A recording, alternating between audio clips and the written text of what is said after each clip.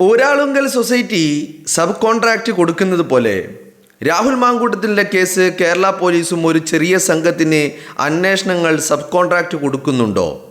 ആരാണ് ഈ വിദ്യ MP എന്ന സ്ത്രീ? എന്തിനാണ് രാഹുൽ MLAക്ക് എതിരെ ഉയർന്ന ആരോപണത്തിൽ സൈബർ സെൽ നിന്ന് ട്രേസ് ചെയ്യും എന്ന് പറഞ്ഞ് KSUക്കാരായ പെൺകുട്ടികളെ വിരട്ടാൻ നോക്കുന്നത്? സൈബർ സെൽ എന്താ വിദ്യയുടെ ഗൂഢ സംഘത്തിൻ്റെയും അമ്മാവൻ്റെയും മക്കളാണോ? പോലീസ് വീട്ടിൽ വരും എന്നൊക്കെ പറഞ്ഞ് പെൺകുട്ടികളെ വിരട്ടാൻ വിദ്യ ആണോ ഇന്ത്യൻ പ്രധാനമന്ത്രി?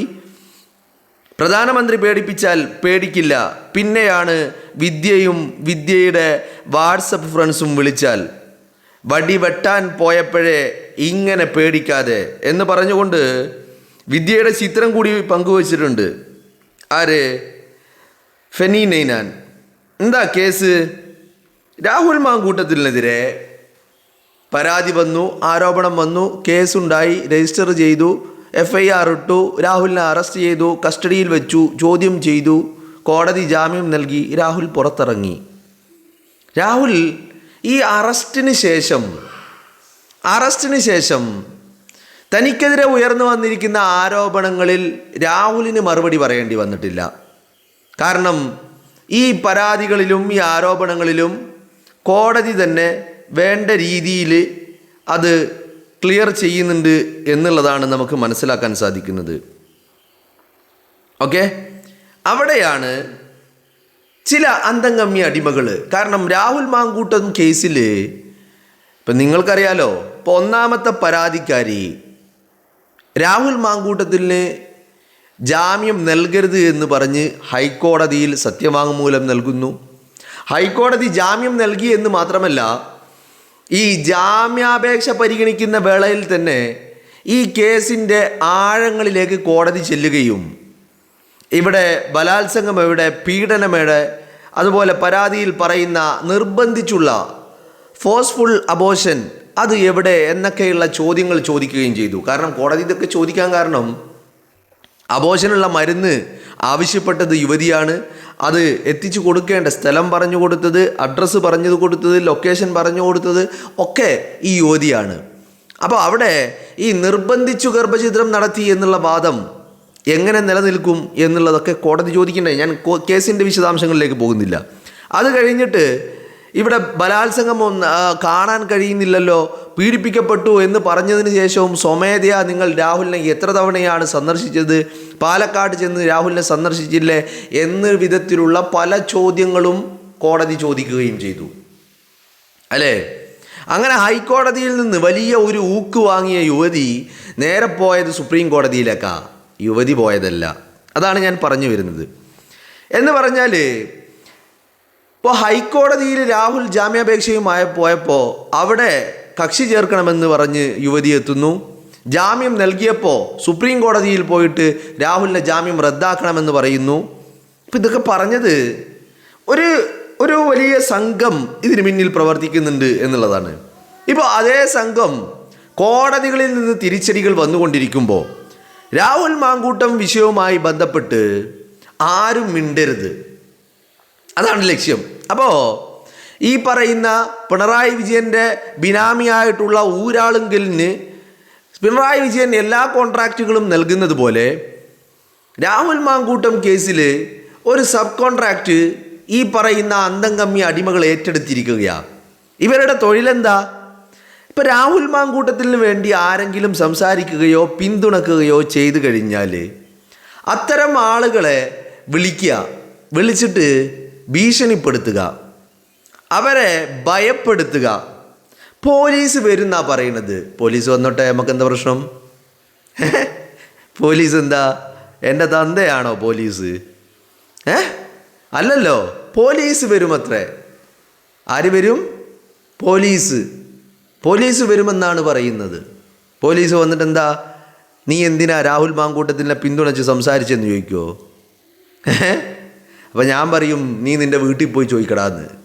അങ്ങനെയല്ലേ? നമ്മളോട് എന്തെങ്കിലും ചോദിച്ചാൽ വീട്ടിൽ പോയി ചോദിക്കാനല്ലേ പിണറായി വിജയൻ പറഞ്ഞത്?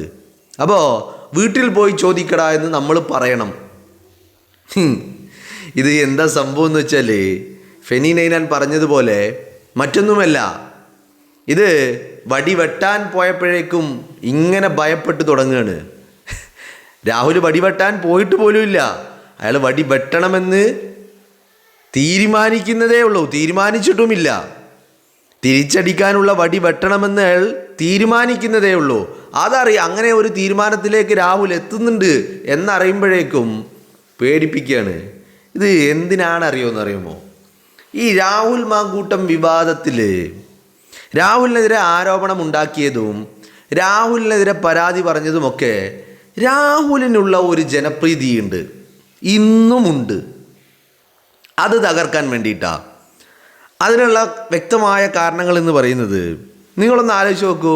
രാഹുലിനെതിരെ ആരോപണം ഉന്നയിച്ചവർ എന്തൊക്കെയാണ് പറഞ്ഞത്? അവരുടെ വാക്കുകൾ ശ്രദ്ധിച്ചാൽ മതി. പരാതി പറഞ്ഞവർ എന്തൊക്കെയാണ് പറഞ്ഞത്?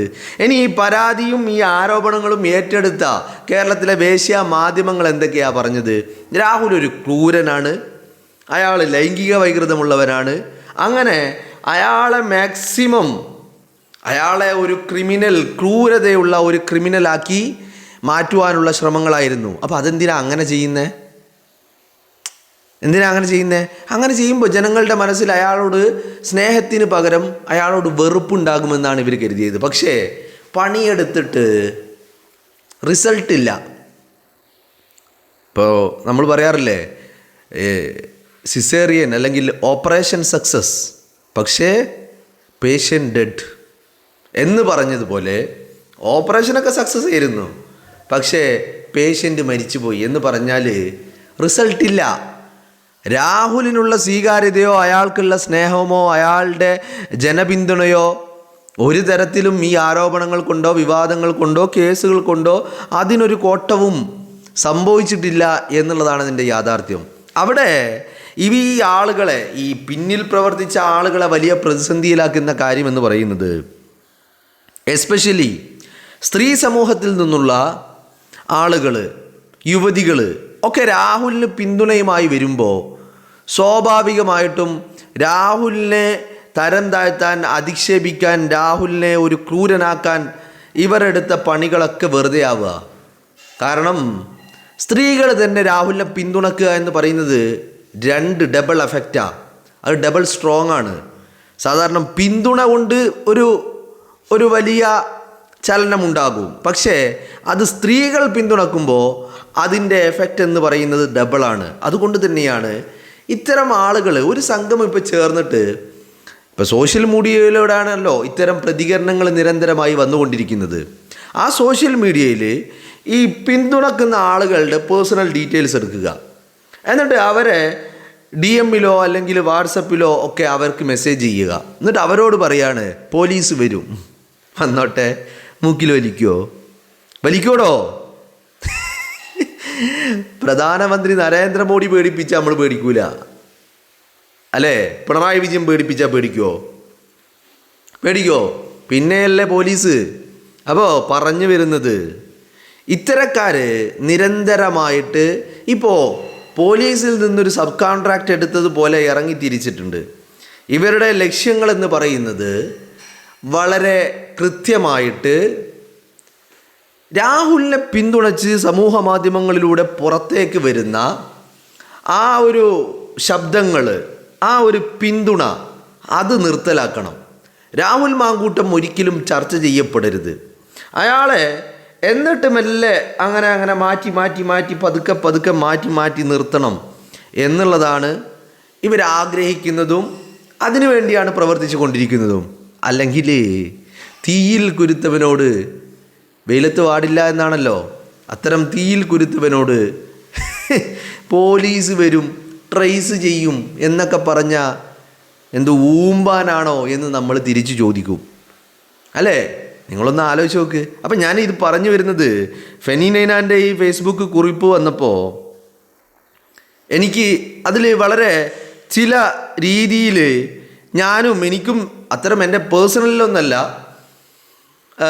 ചില കമൻറ്റുകൾ, ചില വീഡിയോകൾക്ക് താഴെ അത്തരം ചില കമൻറ്റുകൾ എൻ്റെ ചില വീഡിയോകൾക്ക് താഴെയും വന്നിട്ടുണ്ടായിരുന്നു.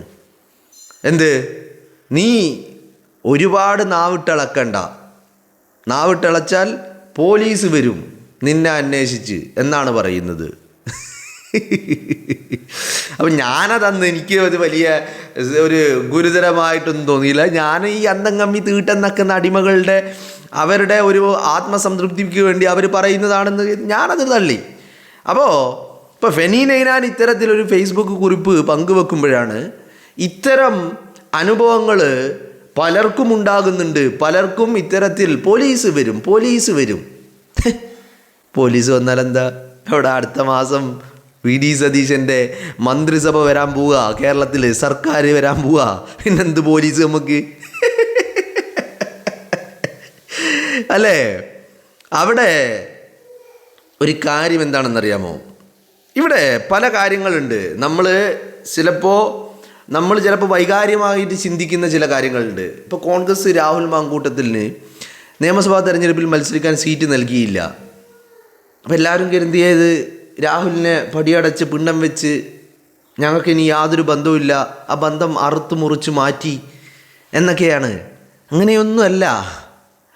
ഈ ഒരു തെരഞ്ഞെടുപ്പ് കഴിഞ്ഞാൽ നിങ്ങൾ നോക്കിക്കോ, ആദ്യത്തെ വിവാദം എന്ന് പറയുന്നത് രാഹുൽ മാങ്കൂട്ടം. ആദ്യത്തെ വിവാദം എന്ന് പറഞ്ഞാൽ അത് വിവാദമൊന്നുമല്ല, പക്ഷേ കേരളത്തിലെ വേശ്യാ മാധ്യമങ്ങൾക്ക് അതൊരു വലിയ വിവാദമായിരിക്കും. ആദ്യത്തെ വേശ്യാ മാധ്യമങ്ങളുടെ തലക്കെട്ടുകൾ എന്ന് പറയുന്നത് രാഹുൽ മാങ്കൂട്ടത്തിൻ്റെ കോൺഗ്രസ്സിലേക്കുള്ള തിരിച്ചു വരവായിരിക്കും എന്നുള്ളതാണ്. മനസ്സിലായില്ലേ? അത് ഇത്തരം ചില തീരുമാനങ്ങളെക്കുറിച്ച്, ചില നീക്കങ്ങളെക്കുറിച്ച് ഈ മറുപക്ഷത്തിരിക്കുന്ന ആളുകൾക്ക് അത്തരം ചില അറിവുകൾ, ചില ഇൻഫർമേഷനുകൾ അവരത് മനസ്സിലാക്കിയിട്ടുണ്ട്. മണപ്പിച്ച് നടന്ന് എങ്ങനെയോ അത് കാര്യങ്ങൾ അവർ മനസ്സിലാക്കിയിട്ടുണ്ട് എന്നുള്ളതാണ്. അപ്പോൾ ഇതിൻ്റെയൊക്കെ ഒരു പിൻബലമാണ്. കാരണം രാഹുൽ മാങ്കൂട്ടത്തിൻ്റെ തിരിച്ചുവരവ് ഇല്ലാതെയാക്കാൻ വേണ്ടിയിട്ട് അയാളുമായി ബന്ധപ്പെട്ട ചർച്ചകൾ ഇനി ഉണ്ടാവരുത്. അതിപ്പോൾ CPM-ന് അങ്ങനെ ഒരു നിർബന്ധമുണ്ട്. നമ്മളായിട്ട് ഇനി അവനെ ചർച്ച ചെയ്ത് കൂടുതൽ ഒന്നുകൂടി ആ ചർച്ചകൾ കൊഴുപ്പിക്കേണ്ട എന്നുള്ളത്. അതിന് 2 കാരണങ്ങളുണ്ട്. ഒന്ന്, തദ്ദേശ തെരഞ്ഞെടുപ്പിൽ അത് ഏറ്റ തിരിച്ചടിയാണ്. രണ്ടാമത്തെ കാര്യം എന്ന് പറയുന്നത് കൂടുതൽ ചർച്ച ചെയ്യും തോറും അയാളുടെ നിരപരാധിത്വം തെളിയിക്കപ്പെടുകയും അയാളുടെ തിരിച്ചുവരവ് പെട്ടെന്ന് ഉണ്ടാവുകയും ചെയ്യും. അതുകൊണ്ട് അത് വേണ്ട എന്നുള്ള കണക്കുകൂട്ടലിലാണ് ഇപ്പോൾ ആ വിഷയവുമായി ബന്ധപ്പെട്ട് ഒരു പ്രതികരണങ്ങളോ ഒരു ചർച്ചകളോ ഒരു വഴിക്കുമില്ലാത്തത്. കേരളത്തിലെ മാധ്യമങ്ങൾ പോലും വിട്ടുകളഞ്ഞു. നിങ്ങളൊന്ന് ആലോചിച്ച് നോക്ക്, തദ്ദേശ തെരഞ്ഞെടുപ്പിൻ്റെ ഘട്ടത്തിൽ കേരളത്തിൽ വേറെ എന്തെങ്കിലും ചർച്ചയുണ്ടായിരുന്നോ? ഈ ഒരു ചർച്ചയല്ലാത്ത ഉണ്ടായിരുന്നോ? ഇല്ലല്ലോ. അപ്പോൾ പറഞ്ഞു വരുന്നത് ഇതാണ്. അപ്പോൾ രാഹുൽ മാങ്കൂട്ടം വിഷയവുമായി ബന്ധപ്പെട്ട് ഇപ്പം ഇങ്ങനെ കുറച്ച് ടീം ഇറങ്ങിയിരിക്കുകയാണ്. ആവശ്യം എന്താ? അല്ലെങ്കിൽ ഇവർ പറയുന്നത് എന്താ? നീ മിണ്ടരുതെന്ന് പറഞ്ഞാൽ രാഹുലിനെ കുറിച്ച് സംസാരിക്കരുത്, രാഹുലിനെ പിന്തുണക്കരുത്. ഉടൻ അങ്ങനെ ചെയ്താൽ നിൻ്റെ വീട്ടിൽ പോലീസ് വരും. അയ്യോ പേടിച്ചു പോയി നമ്മളൊക്കെ അല്ലേ? ഇനിയിപ്പോൾ എന്ത് ചെയ്യും? പോലീസ് വരും. വല്ലാത്ത കിടുകിടാ വിറക്ക. അയ്യോ മൂത്രയിച്ചോ? പോലീസ് വരുന്ന ഭയത്തിലേ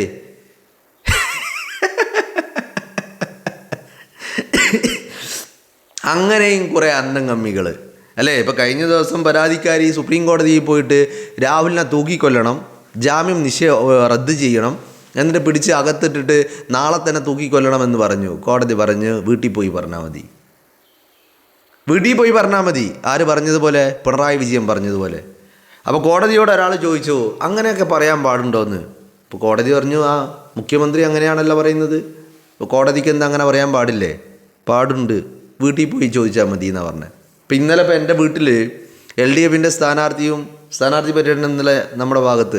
അപ്പോൾ സ്ഥാനാർത്ഥിയുടെ ശിങ്കിടികളും ഒക്കെ വന്നിട്ടുണ്ടായിരുന്നു. വോട്ട് വേണം, ഭാര്യയുടെ വോട്ട് വേണം എന്നൊക്കെ പറഞ്ഞു. ഞാൻ പറഞ്ഞു വീട്ടിൽ പോയി ചോദിച്ചാൽ മതി എന്ന്. അപ്പോൾ അതെന്താ അങ്ങനെ? ഞാൻ പറഞ്ഞു പിണറായി വിജയനല്ലേ പറഞ്ഞു വീട്ടിൽ പോയി ചോദിച്ചോ നിങ്ങളുടെ വീട്ടിൽ, എൻ്റെ വീട്ടിലൊന്നും ചോദിക്കണ്ടെന്ന് പറഞ്ഞു. അപ്പോൾ അതുപോലെയാണ് കാര്യങ്ങൾ.